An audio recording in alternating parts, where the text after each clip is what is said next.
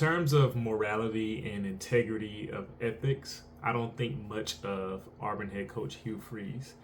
But when it comes to being an offensive coordinator, someone who makes schemes for offense, I got to give it up to the man because what he did against Alabama was incredible.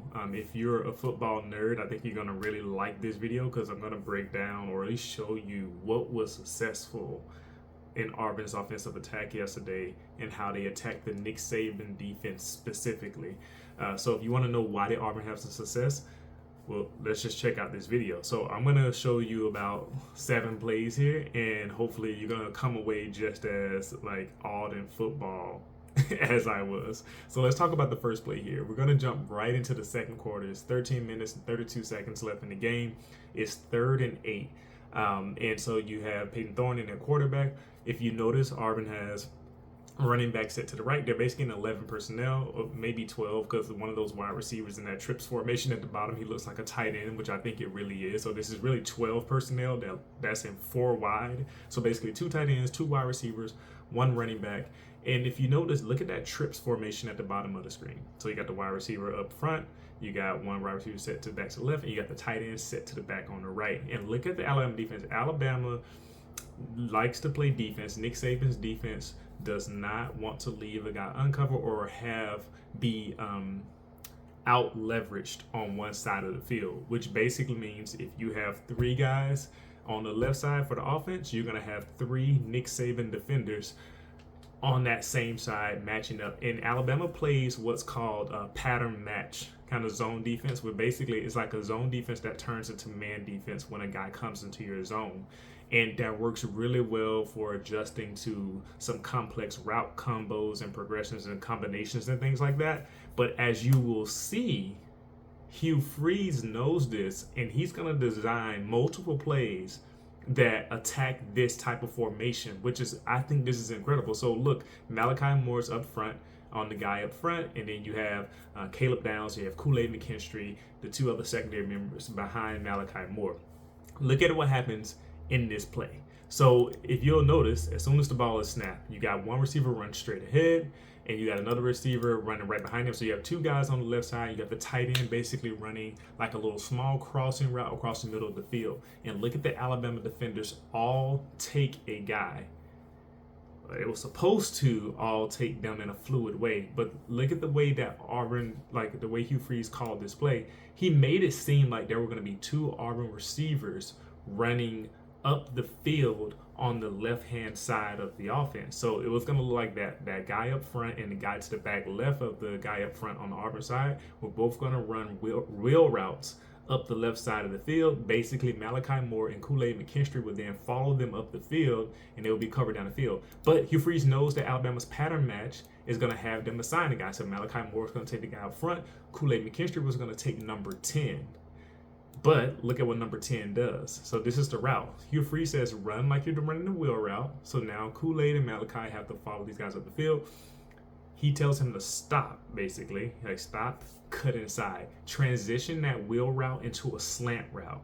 Now, what this does is it puts the cornerback completely out of position. Kool-Aid can't catch up to this because Malachi Moore's following his guy up the field on the wheel route. Kool-Aid now has to run around that wheel route. And that's funny enough. That's if the defense was going to play it perfectly. But if you notice, number 10 is wide open. So what happened on this play is that Kool-Aid and Malachi Moore followed the same guy. And this is what can happen. And Hugh Freeze knows that this type of thing can happen when he calls this type of mismatch against Nick Saban's pattern match zone defense. If you call a route that then makes 2 receivers get into the same area, the defenders have to be disciplined enough to choose the right guy to follow, and they have to trust that their teammate is going to follow the right guy. Kool-Aid and Malachi Moore both follow the same receiver. I think in this situation, based on my understanding of it, and I could let Nick Saban or any other defensive coaches tell me the truth. I think that Malachi Moore did right in following the guy on the wheel route at first, but what he should have done is transition that wheel route to Kool-Aid, and then he drops down to cover number 10 because that was the guy that would have still been in his pattern match zone. And that's why this play is wide open, because Malachi Moore basically didn't transition to the guy underneath. And that's why number 10 was wide open. And Hugh Freeze took advantage of this type of thing. So I spent the most time talking about this on this first play, because I won't go into as much of this detail in every other play moving forward from this. But I wanted to set the stage and show you this is what Hugh Freeze was able to identify within the Alabama defense. And he attacked it this way in important situations and important downs, play after play after play, throughout the rest of the game. With that said, with Auburn not being as talented or as good offensively like a quarterback and wide receiver, their skill position talent isn't that great. They have to scheme things up like this to stay in the game. In the end, though, they were only able to score 24 points. With some more talent, they might have given Alabama a whole bunch more trouble.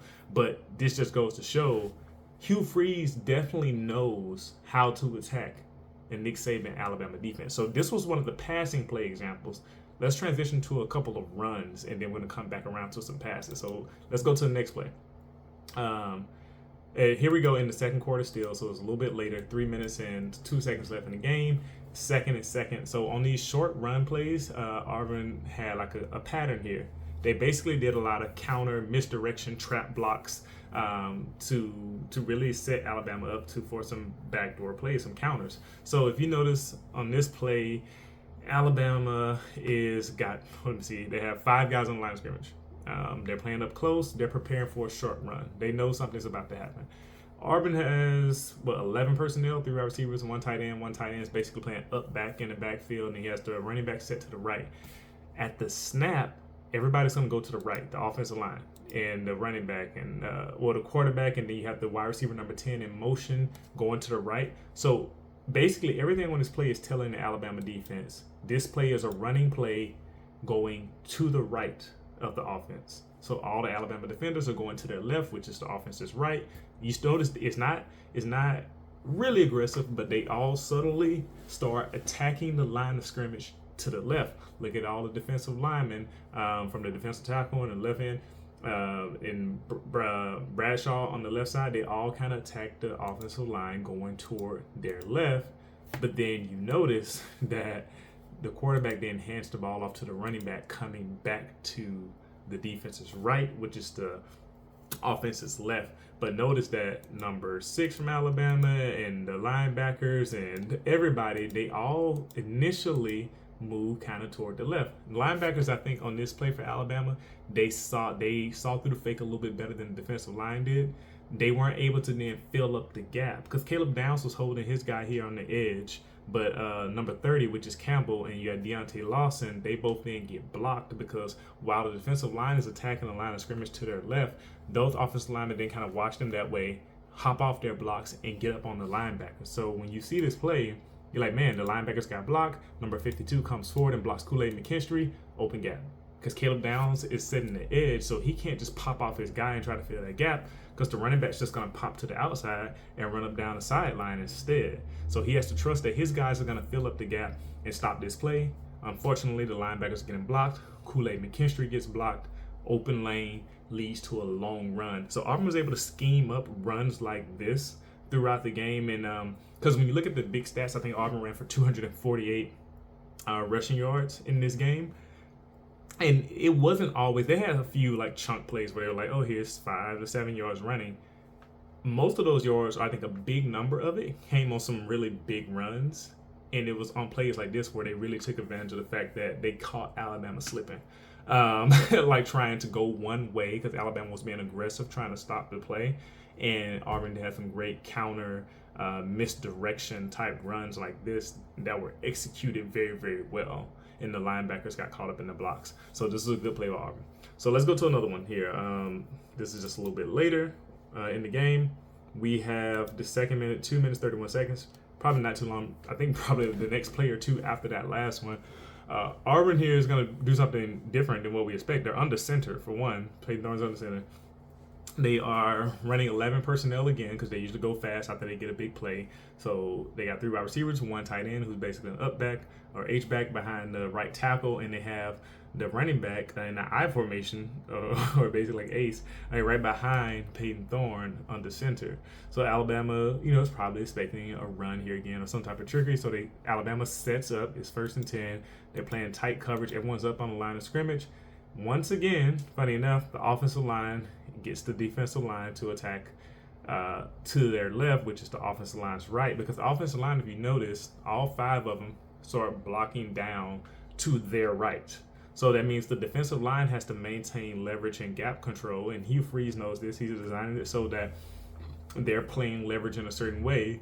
They have to attack the offensive line's direction that they're moving based on Nick Saban's defense. And the linebackers have to fill the gaps that are being left behind by how the defense approaches that offensive line. So, but if you notice, that means that all of the Alabama's first and second level of defense, so the defensive line and the linebackers, have all shifted and moved a bit to the left.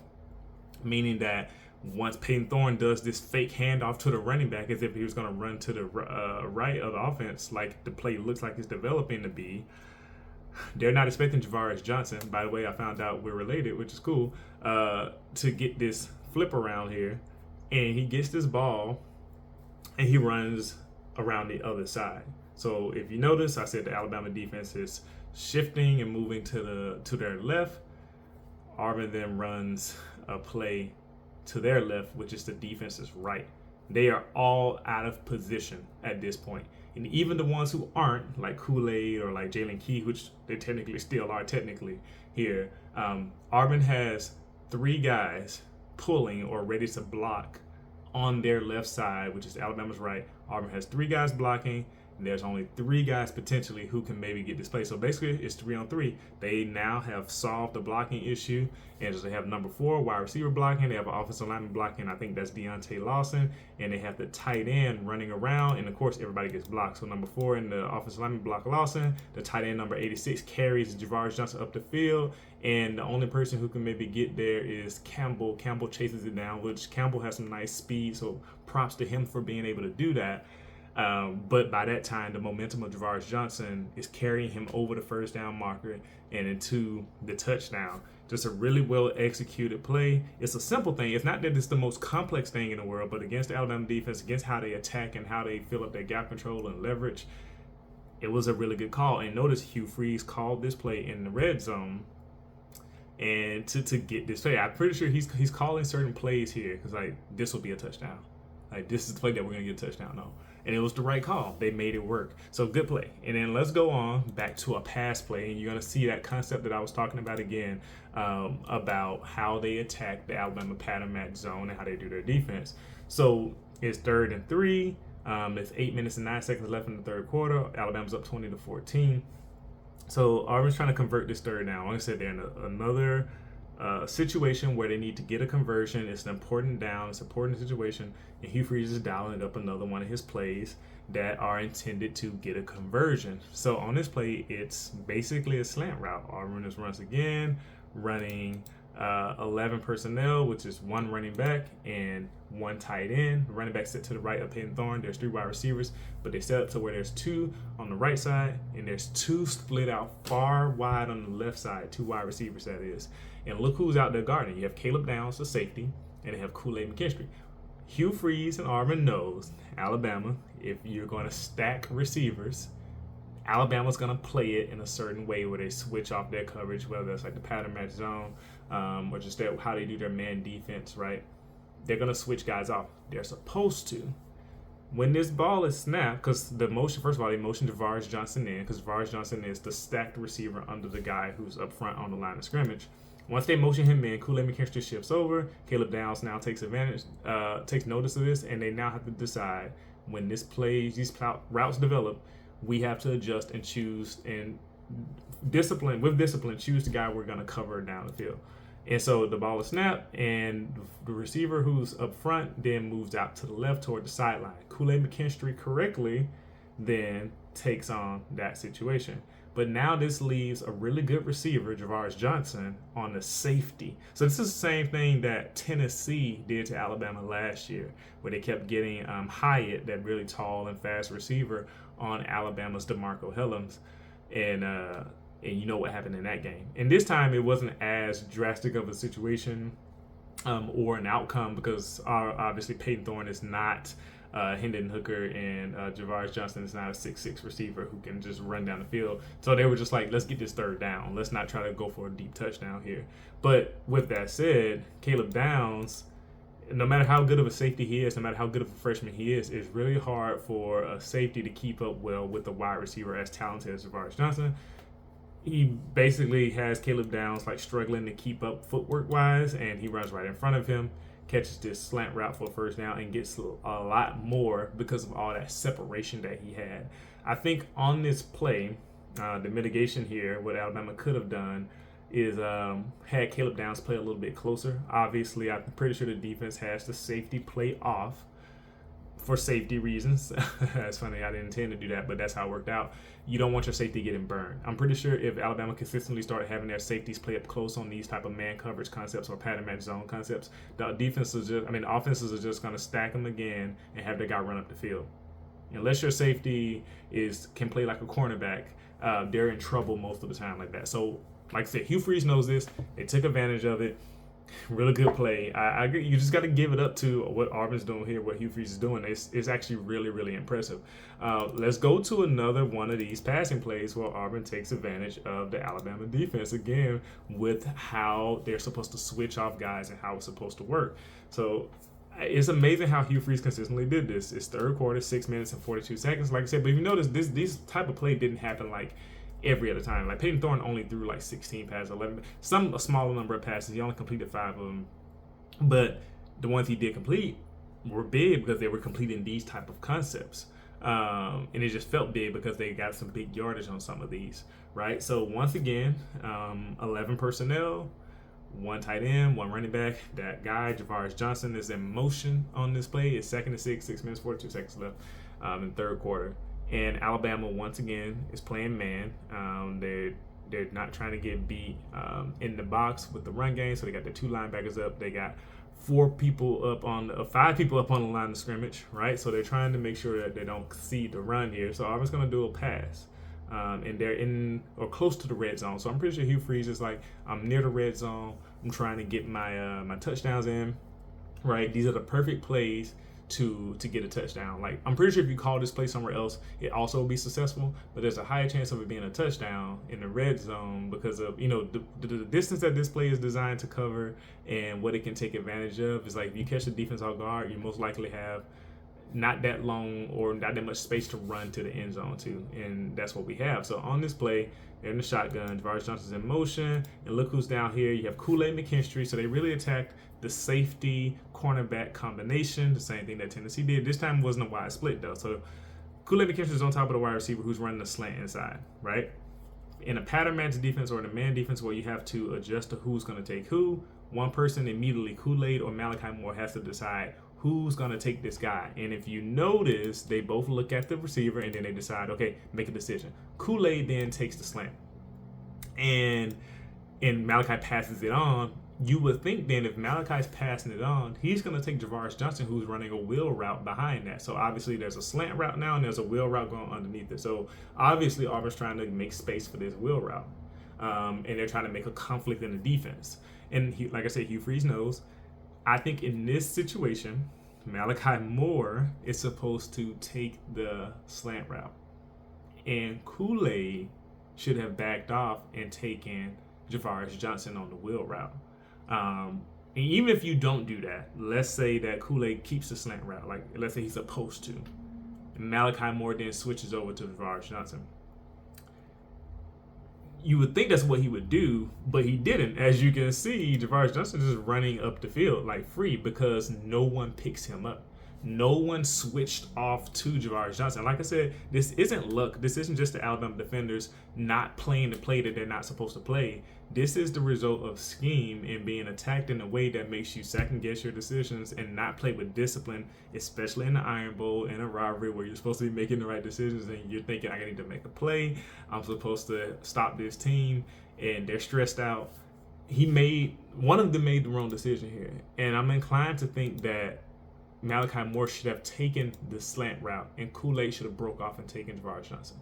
And like I said, even if that wasn't the case, let's say if they weren't going to do that and Malachi Moore instead was going to pass that slant route and he's going to cover Javaris, he would have been trailing a little bit, but he would have been like on the inside hip of Javaris Johnson, and that throw would have had to been perfect in order for it to be completed, which would have been much better. Even if it was completed, it would have been better if it was a contested pass rather than being wide open. So now Peyton Thorne, all he has to do is just hit the guy. He doesn't have the pressure of throwing a perfect pass now. He just needs to hit him. And funny enough, even though he doesn't just have to hit him, he still threw it in a way. Well, like I said, the receiver had to slow down for it. Peyton Thorne, he was like I said, he just had to hit him. He didn't like lead him into the end zone. Javaris Johnson had to slow down for it, catch it, and then run into the end zone. If Malachi Moore was covering Javaris Johnson, Peyton Thorne would have then had to have the pressure of completing a good over the shoulder toward the pylon type of pass. But they didn't get a chance to force Peyton Thorne to do that because they just passed the guy on. But like I said, Hugh Freeze designed this play to create that conflict. I don't think he knew it was going to work out that well. I think it just did. And that's the type of thing they got Alabama on in critical situations, which is why this game ended up being as close as it was, which is why Auburn, like I said, they executed so well. Hugh Freeze, you can't get it in my mind that they did not practice in their New Mexico State week for Alabama, installing some of these things or just like perfecting them, because they executed them way too well. And so let's get into these last two plays, which are actually runs that are also taking advantage of Alabama's defense. So this next play, this second to last play, third quarter, 2 minutes, 57 seconds left.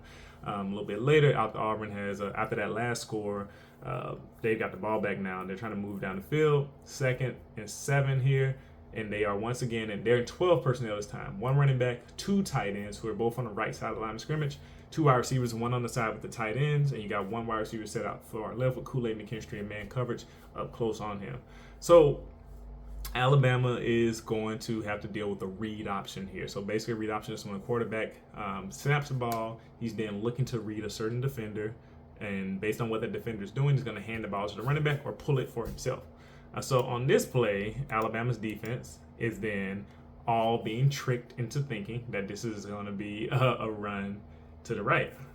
And it could have been, but the Alabama defense then all attacks the handoff, which they think is going to be handoff to number 22 going to the right. And it does look like it's for sure going to be a running play to the right, because look at all the blockers. The tight ends going that way. The right tackle's going that way. The right guard's going that way. The wide receivers are all blocking, and they're trying to like get to the edge.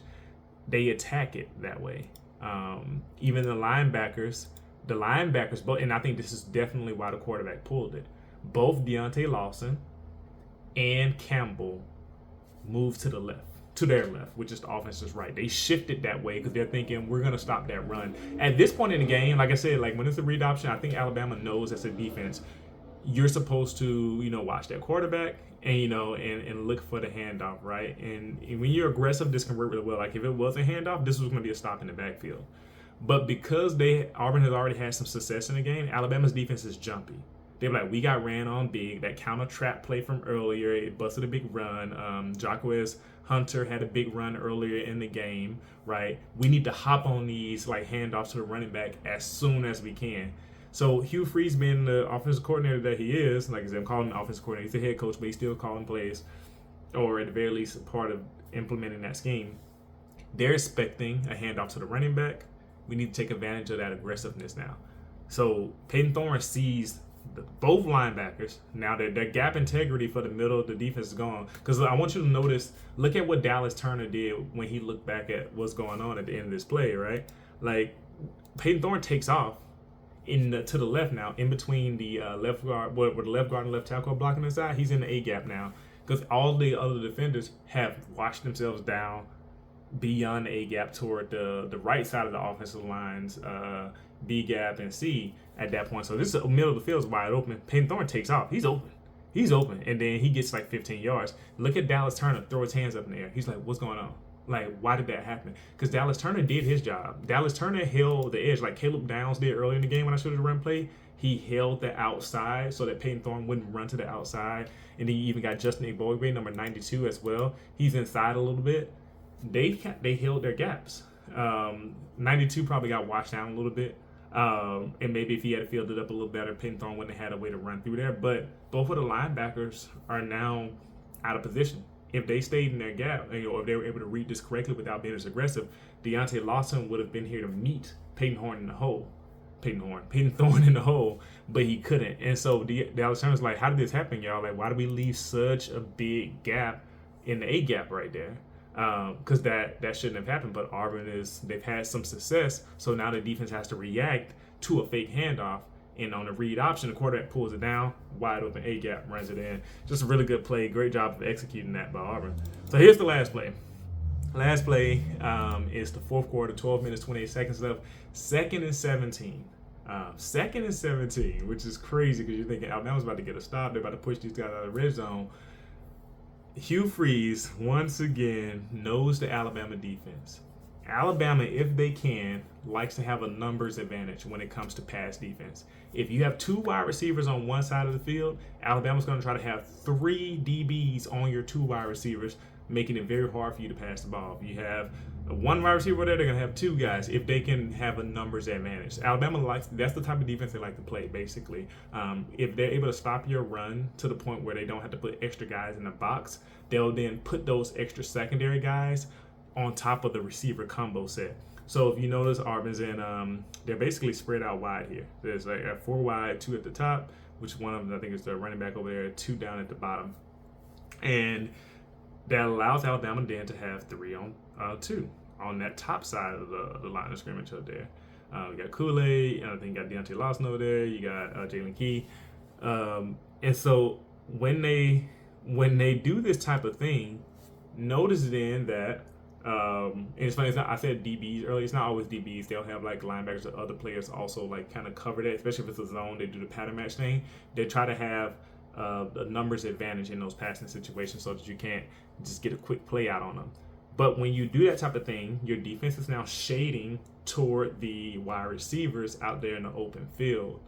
And that leaves the middle of the field open, especially if it's blocked well. So I see you've probably seen it plenty of times now. Now that I took all that time to explain it, middle of the field's open. And Alabama didn't, and this is the thing that Alabama struggled with in the game too, which is funny because they adjusted well doing this against Tennessee, and they did it against some other mobile quarterbacks early in the year where play the gap, like they did against Jaden Daniels as well, play the gaps instead of trying to rush up the field.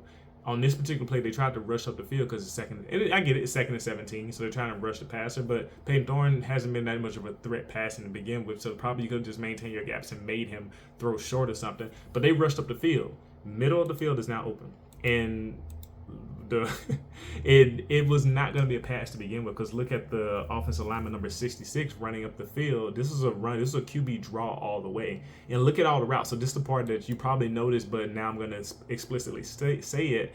All the routes ran to the sidelines. Number 27, the wide receiver at the top, the wide receivers at the bottom, they all turn to the left or to the right. The ones at the bottom turn right on their routes. The ones at the left, they all turn left on their routes. Basically, they made space for it to be the middle of the field open. The routes on the left did this. The routes on the right did this. Middle is open. It's a QB draw all the way. Number 66 is running up the field to get a block. Even he looked like, man, like there's nobody for me to block because it was just that open. Peyton Thorne then was able to run on a 2nd and 17, scramble. Not even scramble, it's design run for a first down and more. He got like 25 yards on that run because Nick Saban's defense has a tendency to cover your receivers in a certain way in obvious passing situations. Auburn's Hugh Freeze knows this, called the perfect play to take advantage of. So a lot of people in a lot of previous games or like when they say the mobile quarterback or dual threat quarterbacks gives Alabama defense trouble. It gives every team trouble. That's why they call it dual threat. If a quarterback can throw really well and run, it's really hard to stop that. I think what people tend to say, which they don't usually say with much critical thinking, is based on how Nick Saban's defense operates, if a person knows how to attack it with a dual threat quarterback, then that can give Alabama's defense some trouble. Hugh Freeze definitely knows how to attack the Alabama defense. And so I say all this to say, so maybe some people are wondering, like, man, if Hugh Freeze knows how to do this, and with this team, why doesn't everybody do it? Well, not everybody is an offensive scheme guy like Freeze. Not everyone has the personnel, first of all, to run this type of offense, but two, most offensive coordinators aren't on the level of people like a Lane Kiffin or Steve Sarkisian or Hugh Freeze. Their minds are really innovative. They dial up route progressions and like combinations and how they do their concepts in a way that really stress complicated defenses. Not every offensive coordinator does that. Like some offensive coordinators can, they can call really solid game plans. They know how to put together a great sequence of plays, but they don't necessarily know how to make innovative strategies that can defeat complex defense. Hugh Freeze is one of those people, and this game was a perfect example of that. I had so much fun like watching this and seeing like what was going on. I hope you did too. I didn't realize I was going to be talking this long for this video, but I enjoyed it. I hope you did as well. Thank you for watching. Let me know what you think. Like, were you as in awe as I was? Maybe if you're an Alabama fan, you probably were stressed out. But if that's the case, let me know. I would love to talk about it. Thank you for watching. I'll see you next time.